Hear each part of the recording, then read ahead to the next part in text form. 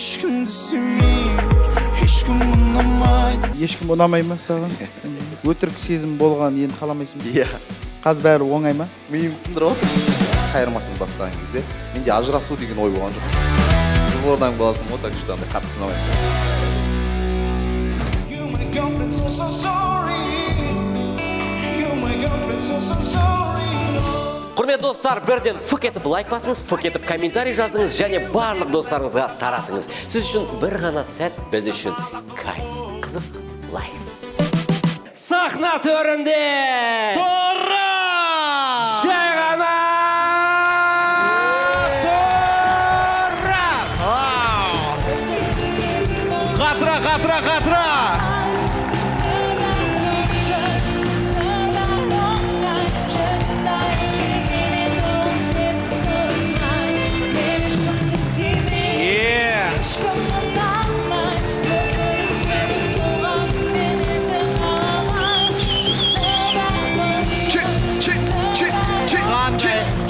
Керемет. Тамаша. Деген энергетика. Мә. Қазақ лайф Тора! Иә, біздің бағдарламаға қазір бір жерде концерт беріп келе жатыр. Қалай? Көңілге қалай? Өте күшті. Жаңағы мынау немен тойға шықсам болады екен, иә? Болды. Қазір алып кете бер. Сөйтіп тойға тікелей бара берсең болады. Құрметті достар, қошеметтеріңізбен жасыл диванға өтейік. Кеттік! Қызық, мәкемен ерекемен бірге өте қызық. Шапалақ думқу. Сонымен достар, Қазақ лайф бағдарламасында Тұрар. Иә, енді жалпы Тұрардың шыққан ән тыңдадыңыздар, иә? Қай әнге шыққан? Сенің әнің, иә? Өзің жаздың ба оны? Өзің жаздың. Барлық әндерімді 100%. Мен бұрын соңды естімеген екенмін, қазір осы студияда естіп жатырмын бұл әнді. Сен бұл әнді білмейсің ба? Білмеймін. Сөздерін де білмейсің ба? Білмеймін, бірақ сұрақтарым бар. Сұрақтарым бар. Жалпы сен ешкім сүймейсің ба? Енді сол әндегі өзінің тақырыбы бойынша, иә, сол жерде. Ешкім ұнамай ма саған? Ұнамай ма? Сонда сен андай өтірік сезім болған енді қаламайсың ба? Қаламаймын. Қаламайсың, иә? Қазір бәрі құнсыз ғой, иә, негізі. Қазір бәрі оңай ма? Иә, ереке. Енді жүрек таяқ жеген шығар, иә, сенде? Оңбай. Енді сезім сұрамайды дейсің ғой? Сұрамайды. Неге осы сөздерді қолдан бір ән шығармасқа сен? Жақсы идея негізі. Өтетін сияқты да? Осы тақырыпта бір жақсы ән шығаршы. Хит болып кетеді, мен саған айтайын. Сосын айтып жүремін, ерекең айтқан деп, иә? Иә, мен шығар деп айтасың. Ерекең сөз деп айтасың ғой? Иә, аяқ астынан шығара салыпты. Мінекей, жаңа хит шықты, қошеметтеріңіз. Тұрар, мінекей біздің еліміздегі үйіне қонбайтын, жылдап үйіне бармайтын нөмір бір әншілердің бірі десек те болады. Қазіргі таңда. Қазір барлық жерде концерт қойып жүр. Иә, қайдан келдің? Қай жерден концерттен келдің? Қайдан келдік? Шымкенттен келдік. Шымкенттен келдің. Алдың күні қайда болдың? Қызылордада болдым. Оның алдың күні? Оның алдың күнде 2 күн болдым Қызылордада. Сосын Алматыда 1 күн болдым да, оның алдында Астанадан келдік. Ертең қайда барасың? Ертең 1 күн демалам, сосын Павлодар, Ақтау 2 күн, Ақтөбе, қайтып келем, Таразда 2 аудан, сосын Америкаға кетеміз. Америкадан келгеннен кейін? Ол қызық болып тұр негізі. Содан келеміз да, 2 күн демаламыз да, Шәуілдір, Жетісай, Сарыағаш, Төлеби, короче. Прям понарастающий екен ғой, ә? Америка, солдың Шәуілдір, Жетісай, Сарыағаш! Жо, о жақ просто Америкаға барып қайтпасаң қабылдамайды. Біткен ғой, бұл барып айтқан Шәуілдірге, Жетісайға, Сарыағашқа жолыққан. Мен сіздерге барып, өнер көрсетсем, ән айтсам бола ма деген. О жақтағылар айтады, бірінші Америкаға барып ашсен деген. Сосын бізге келерсің. Пока недостоин деді ма? Пока недостоин. Америкаға барып тәжірибе алып кел деді ғой. Тәжірибе жинап қайтамыз. Бізге уақыт алып келгенін айтса қайта, иә? Айтып тұрмын ғой, мына концерттен келді, қазір концертке кетеді. Жоқ, о не деген денсаулық деймін да. Иә. Ана самолеттен самолетке, машинеден машине, концерттен концерт. Шаршамайсың ба жоқ? Бір история айтып тұрайын ба осы туралы? История айтуға болады ғой? давай. История тыңдайық. Осы мен енді 2 жыл өнерді бастағаныма 1 жыл осындай тур графикпен жүргенімізге шүкір. И жаңа Нұрбек деген директорым бар. 4 қалаға концерт бердік, подряд 3 қалаға ма, директормен жалуыз етіп отырмын. Мә, сен өйтіп алмасай, мен вообще шыдамаймын ғой, мен өйтіп не істеп жалуыз етіп отырмын да наған. И ангинам ісіп кеткен, андай біртүрлі болып үйге қайтқым келіп отыр, аэропортта отырмын. Нұрбек бүйтіп отыр ма?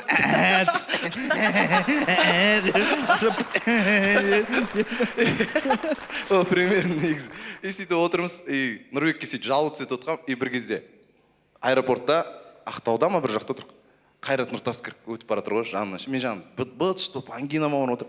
И Қайрат Нұртас спокойно мороженое жеп кетіп бара тұр ғой. И мен ойладым да, ноябрь ма сондай. Мен 1 жыл болды ғой енді бастағаныма. Мен уже жалуыз етіп ол кісі қанша жыл болды жүргеніне. Дәл сондай графикпен ше. И сондықтан мен ана Қайрат Нұртасқа деген уважением прям level up болды басқа бір. Ол ағаң естіп Молодец, жүргенде саған слабизна беруге болмайды дейсің ғой. Сол кісіге қарап шыңдалып жатыр. Міне тамаша, қандай керемет. Негізі тұрар сен танымалдылығың Қазақстанның ауқымына таралғанға дейін немен айналыстың? Енді мен көп жерлерде айтатын, мен 2017 жылы осы творчествоның саласына келдім, бірақ организаторский жағынан келдім да. Ұйымдастырып жүрдім, бірдеңелер экспода То есть ол кезде бұл ғой. Дәл Нұрбектің несінде отқан. Сөйтіп жүрдім да, осы арқылы творчество келдім. Оған дейін мен спортпен айналыстым, басқа нәрсе істедім. Спорттың қандай түрімен? Кикбокспен. Кикбоксингпен. Кикбокспен. Бір белгілі бір жетістіктер қанша жыл айналыстың? Біраз айналыстым. Ең енді нормальный деген жетістік 2012 жылы жастар арасында Қазақстан чемпионы болдым. Мә, Жастар арасындағы кикбокстан Қазақстан чемпионы. неге тастап кеттің? Неге армен қарай? Әлем чемпионатына бармадың? Қиындау бізде. Жалпы мен әрдайым айтып жүрем. Бізде Қазақстанда спортсмендерге өте қатты құрмет жасау керек. Өйткені бізде спортпен көтерілу деген өте қатты қиын. Тем более кикбокс ол олимпийский резервтағы спорт емес та. И жаңағы спортсмендер негізінде тек сол бір мақсат үшін, қазақтың туын көтеру үшін, семья болсын, жеке өмір болсын, жаңағы енді мен жаспын ғой, 17-18 жасар, қыдыру болсын, барлығын ысырып қояды да, тек спортпен ғана айналысып кетеді. Мен мүмкін шыдамаған шығармын ол нәрсеге, сондықтан. Әншілікте конкуренция жоқ десей бір. Жоқ. Спортқа қарағанда. Енді әншілік спортқа қарағанда өзінің де қиын жақтары бар, бірақ мен тағы да айта кетейін, біздің Қазақстанда, біздің қазақстандық условиямен жетістікке жетіп жатқан спортсмендерге тек қана құрмет. Тамаша. Негіз бізде Мәкен екеуміз сол үшін спорттан кетіп қалғанбыз. Жақсы келатыр ек. Мен баяғыда таэквондоға қатысқан бір күн. Кунг-фудан жақсы облысты алып келатқам. Қандай облысты? Не ғой? Түркістан облысы. Физика облысында. Физика области физики. Жо, негізі біздің Қазақстан кунг-фудан әлем бойынша 9-шы орында территориядан.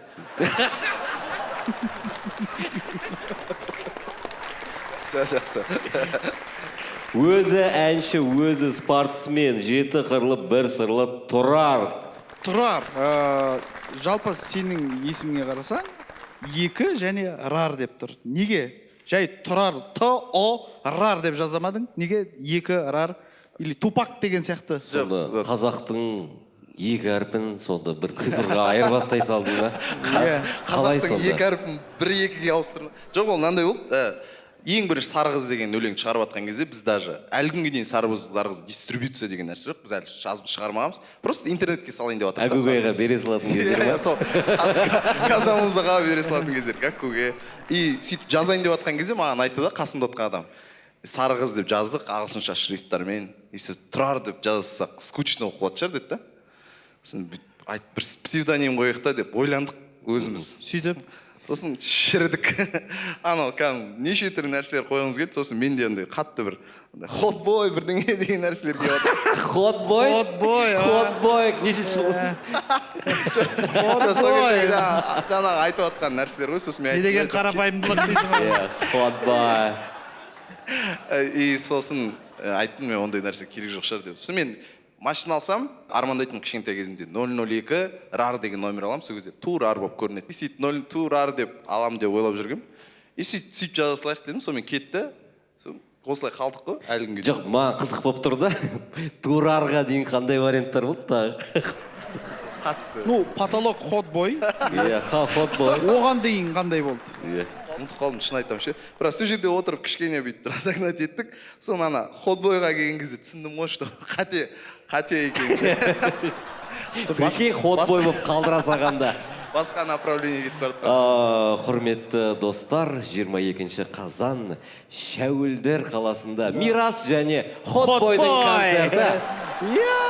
Қарсы алыңыздар. И ходбой тұр ма? Сен ешкімді семеймін, мен ешкім. Вообще жараспайды ғой, Анаяқта Шәуілдердің 5-6 ходбойлар бүйтіп қарап тұр ғой. Күтіп концерттің біткен. Ходбойлар ма? Прикинь, ходбой. Құтқарған екенбіз ғой өз-өзімізді. Турарда оңып тұрған жоқ негізі. Мен ойлам, мен Тупак шығар, Тупакке қарап жаңа. Иә, мүмкін андай Қызылордадан ғой. Қызылорда енді былайша айтқанда андеграунд қала ғой. Ол жерде музыкалық талғам мүлдем бөлек Қызылорданың ше. Мен ойлағам, мүмкін Тупак, Доктор Дре, жаңа NWA сондай тыңдаған. Конечно, оны тыңдап өстім мен, бүкіл Доктор Дренің барлық продукциясын. Просто Тупакқа қараған жоқпын, бірақ просто мен шындығын айтып жатқанмын, не үшін өйтіп қойдың деген кезде, екіні алдым да, тұрар деп қоя салдым. Турар. Жаңа еще мен әлі күнге дейін тұрар екенімді білмейтіндер көп. Екрар. Екрар сөйтіп деп келіп. Дуэт деп ойлап жүрген шығар сені біреулер, Екрар, Дварар. Винрар деп айтады еще. Десек те енді бірден көзге түседі. Турар деген, Турар, дәл осы жерде бір шағын ойын, эксперимент. Цифр мен әріптерді біріктіріп, экранда танымал әншілерді көрсетсек. Турардың логикасы, принципі бойынша лақабаттар құралатын болса, Көрейікші. Тауып көрейік. Турар. Так, міне Турар, сонымен, міне. Мынау қандай әнші? 7. 7. 7 деген рэпер бар, былай қарап отырсаң санға байланысты көп екен, Сосын, міне. 91. Ну, бұл өте қиын екен, Кім екен? Міне. Сіздің керемет фантазиясы қатты дамаған авторлардың жұмысы. Бірақ күшті сурет. Міне. Беспаев. Беспаев. Қырықбаева. Егер плюсты қоймаса түсінбейді деп ойладым ма сонда? Иә, сонда. Жоқ, плюс қоймаса ән айта алмайды.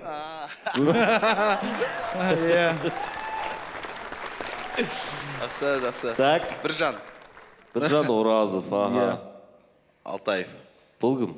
Футболист шығар Алтаев деген. Алтаев. Өктем Алтаев емес па? Біздің редактордың вкусы. Просто біздің редактор 67-ші жылғы ұрады. Мен мына кісіні ше баяғыда көремін телевизорды, бірақ ұмытып қалыппын мынандай. Өте, бұл легенда ғой бұл кісі. Рахмет аға, жастық шағымыз үшін. Так, кім? Білмеймін, 0. Мысалы... Зируза. Мен ораза деп орайын деп отырмын. Дей салдым басында. Дей салдым. Сөйтсем, Зируза екен ғой. Тұрсынбек Қабатов деп па. Ойба. Не деген, мына 2-ден шығарып атсың ба? Кім екен? 2 деген?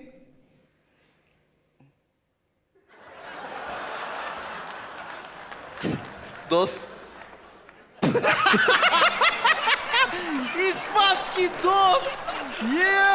Uno, dos.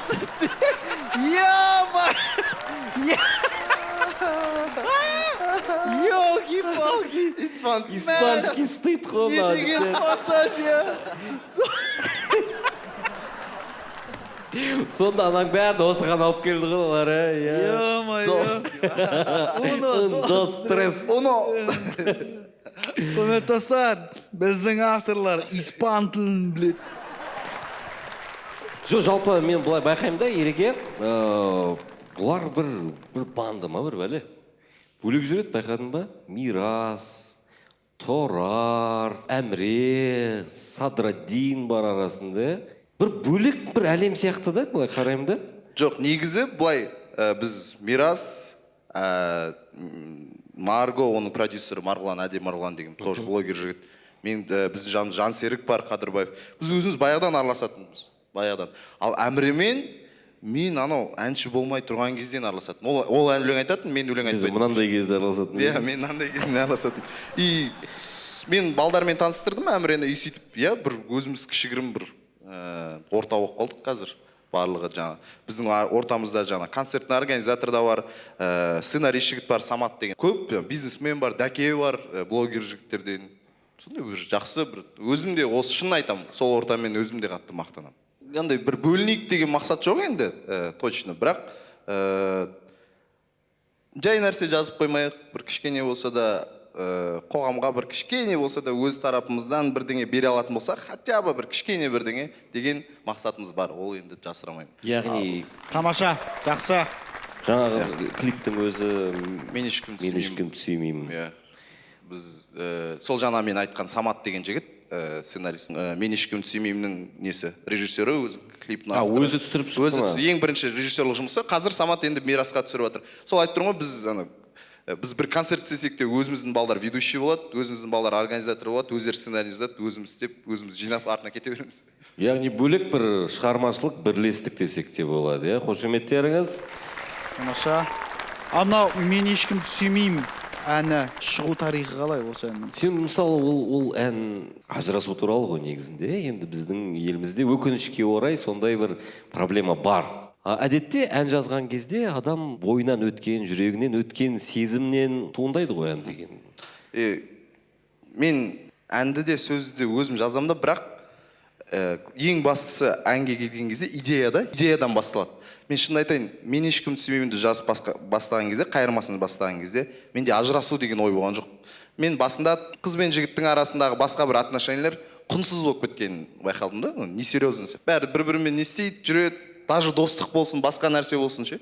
Адамның бір-біріне деген сөзі де құнсыз болып кетті, бәрі бір-бірін алдай салады деген сияқты. Бір сондай айналамда көп болып кетті ма сондай нәрсе. И сол нәрсені әнге қосқым келіп жүрді. И осыны жазған кезде Саматқа идея келді. Ажырасу туралы жазайықшы деп. Именно соттың залын көрсетіп, именно ерлі-зайыптылар. Хорошо дедім, өйткені Саматтың өз басынан өзінің бөлі ол. Мен деген шүкір, әке-шешем ажырасқан жоқ, бірақ өзінің басына өткен, менің жанымда жүрген көп деген балдардың басына өткен, шынында іштегі боль да. И сосын соны сол балдардың сөзінен қарап тұрып куплеттер жазып шықтым. Жаңағы кішкентай баланың обращениесі, сол ма әлде оң ба, қандай таңдау жасайын, екеуін де жақсы көремін, не істеймін мен сонда. Ей әке, жіберер тиының орныңды толтырмайды, тағдырдың сыйыма жасымнан соққы бер тоңдырмай. Олар айтады да, типа, мен папасыз өстім, папам күшті, мен жағдайым жасап жатыр, алименттерін бәрін төледі дейді, оны жақсы дейді. Бірақ папамның жіберетін тиыны менің әкемнің орнымен болмайды дейді, по-любому. И сол нәрселерді андай бір қатты бір сұлуландырмай, көркемдірмей, наглый айтайық дедім да. Бетке, иә. И сөйтіп айттым, күтпедік бұндай фидбэк болады деп. Өйткені бұл өлеңмен, шын айтайын, бұл енді мақтанған басқа нәрсе емес. Осы өлеңмен маған көре салып, көшеде көріп, видеозвонокпен звондап, үлкен менен үлкен ағалар, бауырым, мен сенің осы өлеңмен мен ажырасайын деп жүр едім. Біз ажырасып қосылдық деп жатқан случайлар өте көп. Осы өлеңнің осы клиптің арқасында. Яғни кәдімгідей қоғамның жарасы ғой енді. Соған дөп деген сияқтысын осы клипті көргеннен кейін көптеген жұптар қайта ойланып, сабырға салып, отбасылар сақталынып қалып жатса, бұл демек шығармашылықтың бекер еместігінің белгісі, достар. Иә.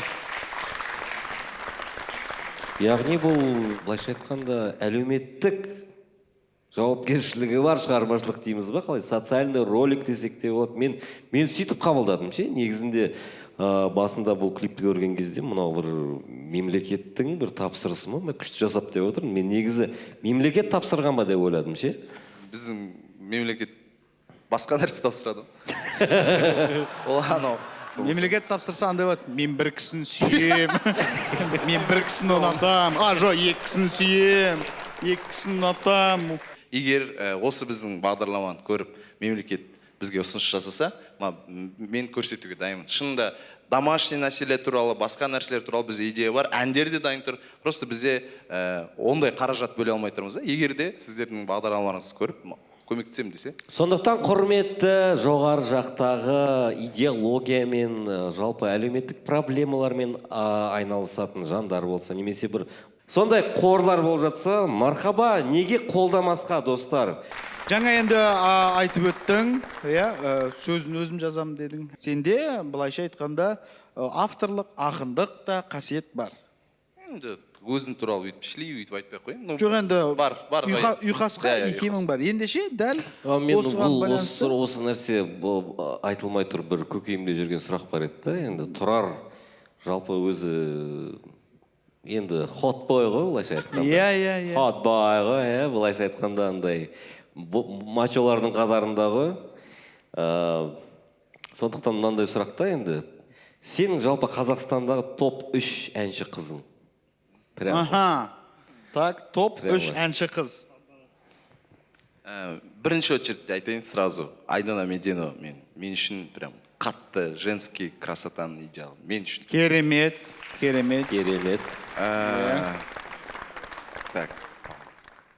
Кім бар? Болды ма? Болды. Мен ойлаймын біздің продакшнда менімен дуэт айтқан қыз бар, Алиша деген. Алиша. Алиша Киіз бі? Ну, типа. Алиша, естіп отыр ғой сен, тыңдап отыр ғой. Алиша сені типа деді. Жоқ. Сіздің нені айтқан Киіз дегенге айтып отырмын ғой. Алиша Киіз типа, ал біздің Алиша оригинал. Алиша. Құтылып кетті, так. Үшінші, кім бар еді? Біреуді ренжітіп қоймайын ба деп ойланып отырсың ғой. Кіммен көп кездесем, соны айтайыншы. Ерке Есмахан концерттерде көп кездесем, Ерке Есмахан шынында әдемі деп ойлаймын. Ерке. Браво. Так. Бірақ енді мінеге үшеуін айтты да, бірақ өмір басқа нәрсені көрсетеді. Иә. Әңгіме бір бөлек. Бірақ істеп атқаны мынау, қаш. Көрейікші, иә.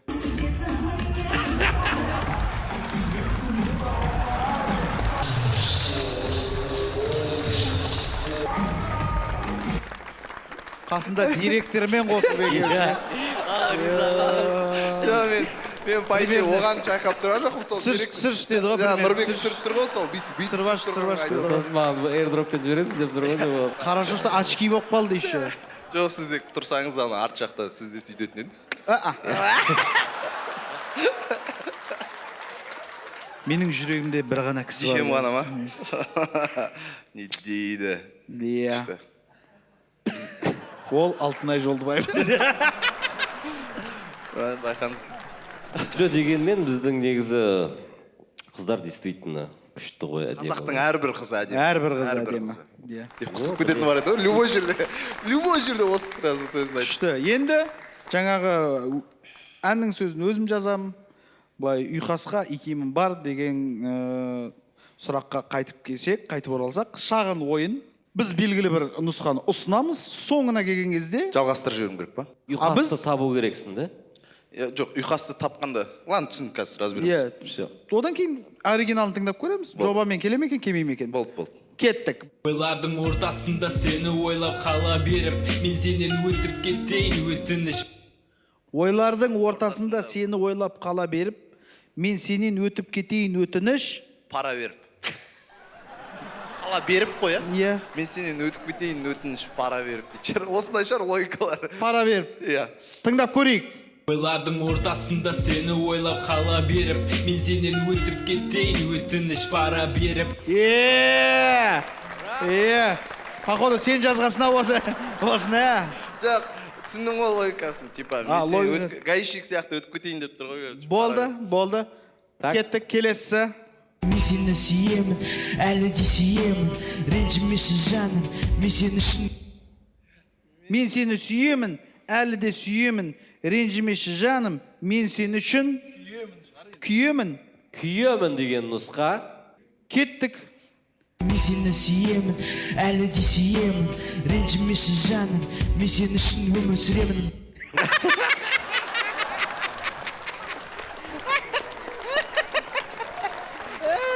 Мен сен үшін өмір сүремін. Қосып жібереді бізге. Нежданчиктер ғой, нежданчик рифмалар. Так, Келесі. қос. Жаным, мен сен үшін, мен... Жаным, мен сен үшін, мен таусылмайды күшім дейді шығар бірдеңе. Тыңдайық. Жақсы. Жаным мен сен үшін мен тиктокер бола беремін. Жаным, мен сен үшін, мен тиктокер бола беремін дейді. Онда болды, патолог но. Жоқ, бұл патолог емес. Келесін тыңдап көрейік. Бұл жерде ұйқас керек жоқ екен ғой. Мен үшін недорого, дорогая, емессің малолетка, молодая. Мен сенің жүрек Миым сындырып отыр ма? Қазірше бұл вообще басқа нәрсе Жүрек слайды. сасырная. Мен үшін недорого, дорогая. Емессің малолетка, молодая. Мен сенің жүрек, Сердце бірдеңе деп қуа салайын деп тұр ғой. сердце, Бьет. бьет. Солар сияқты ойланып кетір. Мен үшін жүрек, сердце, бьет. Жүрек, сердце, ағылшынша хард. Харт. Сөйтіп тұрыз ғаш. Мен үшін жүрек, сердце, харт. Все, мен Мен үшін недорого, дорогая, емессің малолетка, молодая. Мен сенің жүрек валет көзіріңмін. Осындай әлеуметтік әндерден қалайсың? Жүрек, валет, көзірім деді ғой. Козырыңмын, иә. Иә, бұндай енді. Валет, көзірім азыр жоқ. Келесі. Басым бос емес, басым бос емес, басым бос емес, басым бос емес, демалыста. Басым бос емес, басым бос емес, демалыста. Демалыста карта ойнайын дей салады. Карта ойнаймыз. Карта ойнайын. Көрейік, тыңдап Ай, көрейік. нет. Болды. Көрейік. Басым бос емес, басым бос емес, басым бос емес, басым бос емес, демалыста, демал. Логика бар ғой, демалыста. Мен ал. Демал. Дұрыс қой. Не істейсің басқа демалыста? Ақтан тауып алғансыздар. Мынаны Бұл енді әндер өздері тауып алады бізді. Демалыста, Мына. демал. өлең жазам өзім дейсің. Міне. Нағыз авторлар. Тәуелсіз авторлар ғой. Жаңа Қазақстанның Мен бірақ авторлары. жоқ, мен бірақ еще біреуін тапқаным ше бұның. Біреуін таптың, пара иә. беруім деген. Самый логичный ішінде сол. болды. Сәл ұялып жазғаны ғой. ол. Ринат Зайтов болып тұрған іште. Қайдан білсін біздің авторлар тек қана осындай ән тыңдайтын. Қызық лайфта бар ма? Қаншама қазақтың әншілері шыға алмай жүр қызық лайфқа мысалы. Бұл да бір жетістік қой. Әрине. Қошеметтеріңіз! Тамаша. Біреуін тапты, осының ішінен біреуін тапты. Жоқ, десек те бұл да шығармашылық. Не дегенмен... Өнерге әркімнің де бар таласы дейді ғой. Иә, мүмкін бұл бір енді бастап келе жатқан рэперлер шығар. Иә, ақырындап, аяңдап, бұлар да бір деңгейге жетеді. Иә. Менеке әзілге де жақын, жан жақты екен да енді. Ана, жаңа сіз директор туралы айттыңыз ғой, ештеңе білмейтін Иә, сияқты. Бірдеңе, бір история айтып бере салайыншы. Иә. Менің жалпы бұл адам, бұл бір кинода жүрген. Мен сосын бір кітап жазам бұл туралы. Бұл менің бала күннен бірге өскен досым Нұрбек деген. Так. Бір күні бір қаладан шаршап кетті ойдым ше. Келді де маған. Мен директорым ғой енді, мен өлеңімді осы керек. Бір директор алып аламыз ба деді ғой. Маған бір директор алып аламыз ба деді. Бір көмекші алып аламыз ба деді. Директордың директоры бар да, иә. Бір администратор алып аламыз ба. Водителі дейтін сияқты. Директордың директоры. Сондай бол.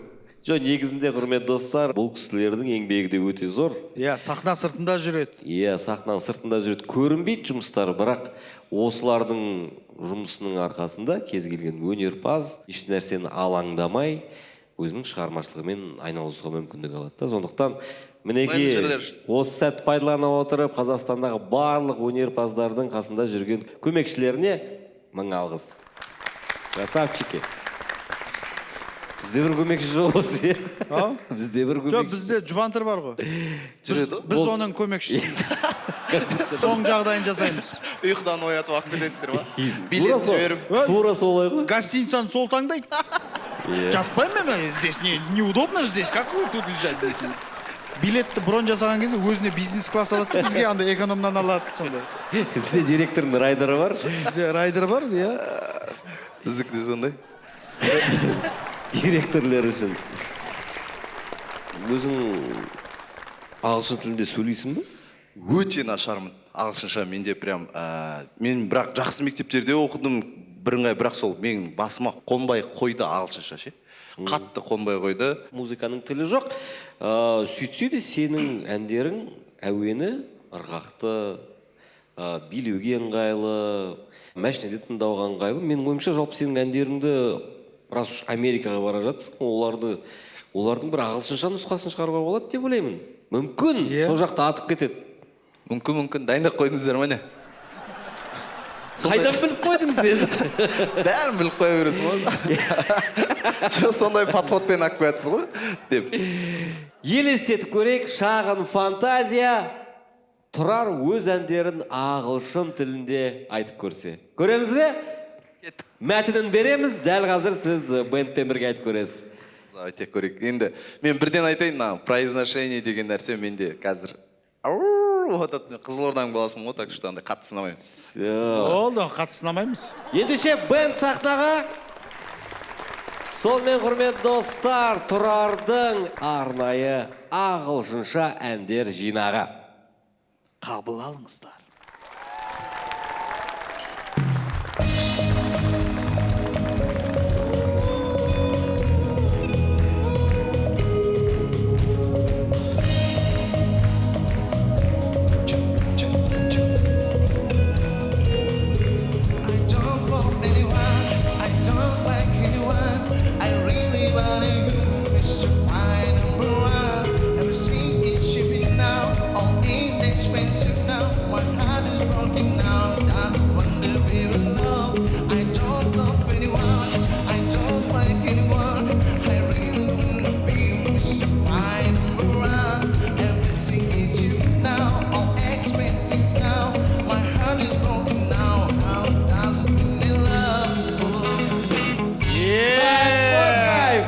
Кайф. Жақсы. Акцент дейді, нормально ғой. Скриптонитті айтып жүр ғой орысша. Okay. The next song, ертегі емес. Кеттік. Come on. Are you ready? Дұрыс дайын ғой, кеттік.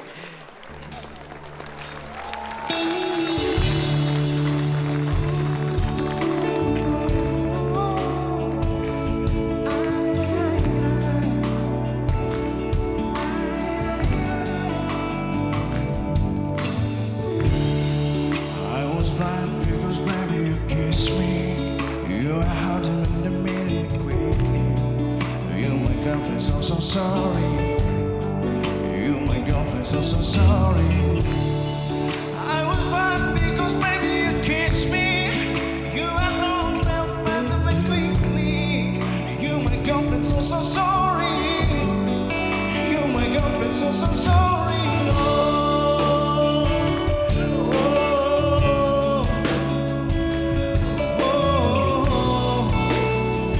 So sorry.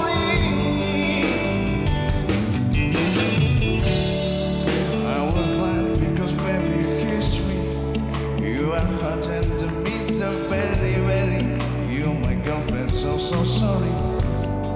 You're my girlfriend, so sorry.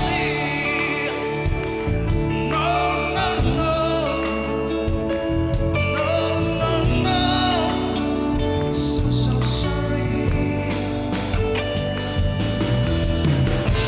Yeah! Бә, ағайын, ағылшынша шығарып жіберсін бә? Қалай, бәрі дайын тұрған ән ғой, ә? Күшті ғой мынау. Кәні, жо, негізі ұйқасымен аударып бердік, бірақ дыбысталуы кәдімгідей бір шетелдің әні ғой негізі. Иә, құрметті телекөрермендер, шыны керек, түн жамалып тұр, дайындалған жоқ. Дәл қазір сөзін ғана жазып бердік.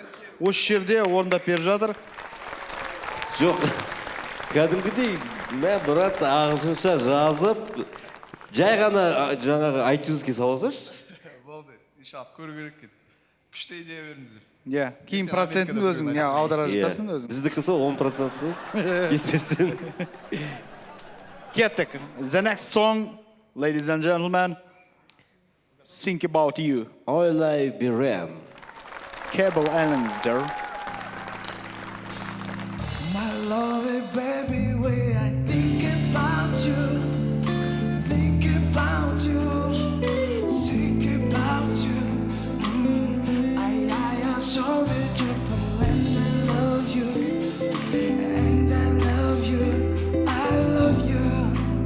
Yeah! My lovely baby, why I think about you, yeah, think about you, yeah, think about you.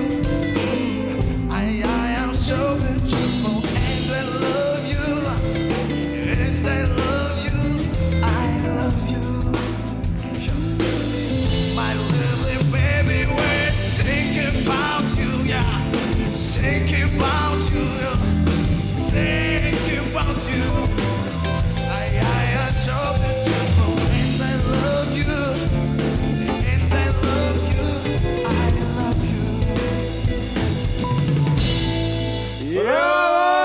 Қожайдыңыз! Тамаша! Жола бір Брайан Адамс сияқты болып жатыр. Шыны керек. Жазып жіберу керек қой, жаңа Жазу керек ағылшасын. Бекерден бекер турар деп жүрген жоқ екенсің сен.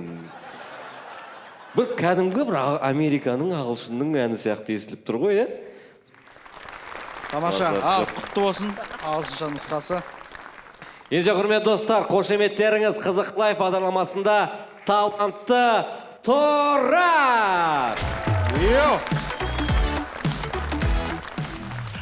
Қызық лайфтың барлық көрермендеріне, НТК арнасының барлық көрермендеріне үлкен сәлем. Мен бүгін осында болғаныма қуаныштымын. Ағалар, шақыртуларыңызға рахмет. Келесі кездескенше. Қызық Лайф бағдарламасында Тұрар, құрметті достар! Тұрар, Қызық Лайф! Шапалақ ду-у, шапалақ ду-у.